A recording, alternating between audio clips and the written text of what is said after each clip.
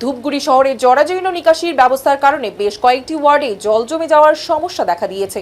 সাম্প্রতিক বৃষ্টির ফলে 12, 14, 15 এবং 16 নম্বর ওয়ার্ডের বিভিন্ন এলাকা জলমগ্ন হয়ে পড়েছে।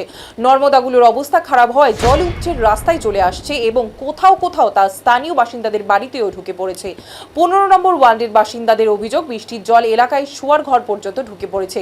ধূপগুড়ি পুরসভার 15 নম্বর ওয়ার্ডের বাসিন্দা মমতা দাস বলেন, এলাকার সমস্যা গত কয়েক মাস যাবৎ। বর্ষার জলের কারণে জীবন অতিষ্ঠ হয়ে উঠেছে। রাস্তা অর্ধসমাপ্ত, ড্রেন ঠিক নেই, নোংরা আবর্জনার কারণে ঘরে জল ঢুকে যাচ্ছে। যদিও ধূপগুড়ি পুরসভার বোর্ড অফ অ্যাডমিনিস্ট্রেটর তথা মহকুমা শাসক শ্রদ্ধা সুব্বা বলেন, নিকাশি নালাগুলো বন্ধ হয়েছিল। সকাল থেকে পুরসভার কর্মীরা কাজ করছে। পাশাপাশি পুরসভার কোনো সলিড ওয়েস্ট ম্যানেজমেন্ট প্রকল্প না থাকাতে সমস্যা বেড়েছে। আমরা চেষ্টা করছি।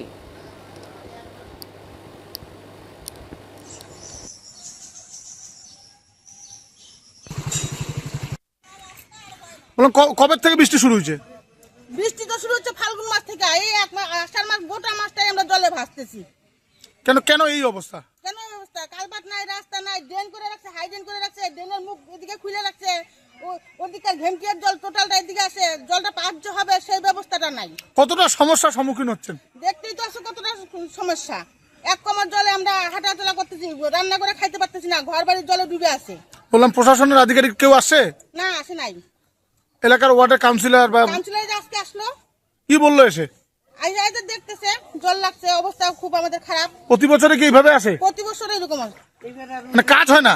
না, কোনো কাজ হয় না। এই যে রাস্তা অর্ধেকটা করে রাখছে, গাডওয়াল দিয়ে রাখছে, আর রাস্তার কমপ্লিটের কোনো খবরই নাই। কি চাচ্ছেন আপনারা?